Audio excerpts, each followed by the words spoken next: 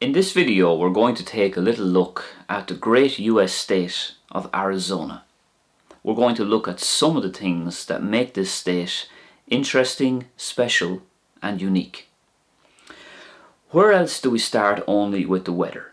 The weather in Arizona is very hot and sunny regularly. So this phrase could be useful. Nís minice ná bhallart bíonn sé te, tirim agus greenver. More often than not, it's hot, dry and sunny.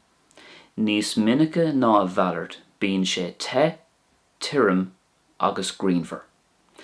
Nís minice ná bhallart is a very useful and convenient phrase. It just means more often than not.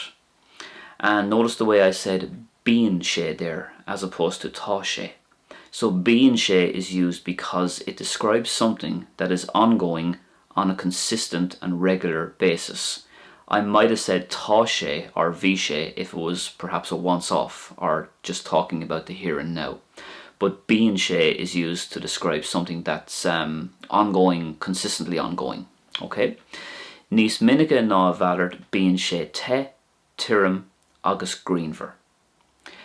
A phrase that a lot of Irish people will remember from school is the following one, which is very suitable for Arizona, I'm sure.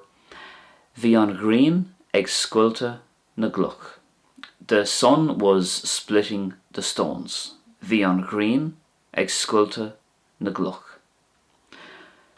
I'm told Arizona is famous for its beautiful sunsets.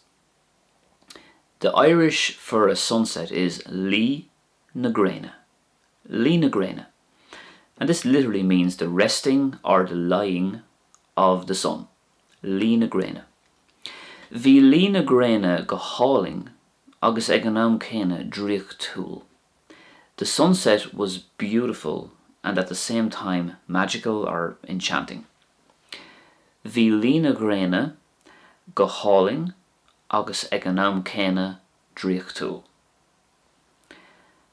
Arizona is famous for the Hoover Dam. The Irish for dam is Damba. Damba. Damba Hoover, the Hoover Dam. And this phrase is probably an appropriate phrase to describe this Hoover Dam. Écht inal tóireachta is ae. It's a feat of engineering, or it's a wonderful engineering achievement. Écht inal tóireachta is ae. Let's move on to some animals now that are native to Arizona. And although they're native to Arizona, I'm sure that these animals are native to lots, if not all of the states in America as well. Let's start with a black widow.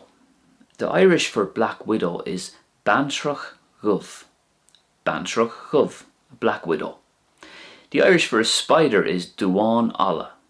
Duan Alla. Next we have a snake, or a rattlesnake to be specific. The Irish for a rattlesnake is Nathair Hligrach. Nathair Hligrach. So Nathair is snake and Hligrach comes from the Irish for shells. So it's almost like the language describing a rattlesnake as a shell snake. Nathair Hligrach. A hawk is Seabhach. Seabhach is the Irish for a hawk. An eagle is Uller. Uller. And there's two types of eagles we're going to look at now. The bald eagle, Uller Moil. Uller Moil is a bald eagle.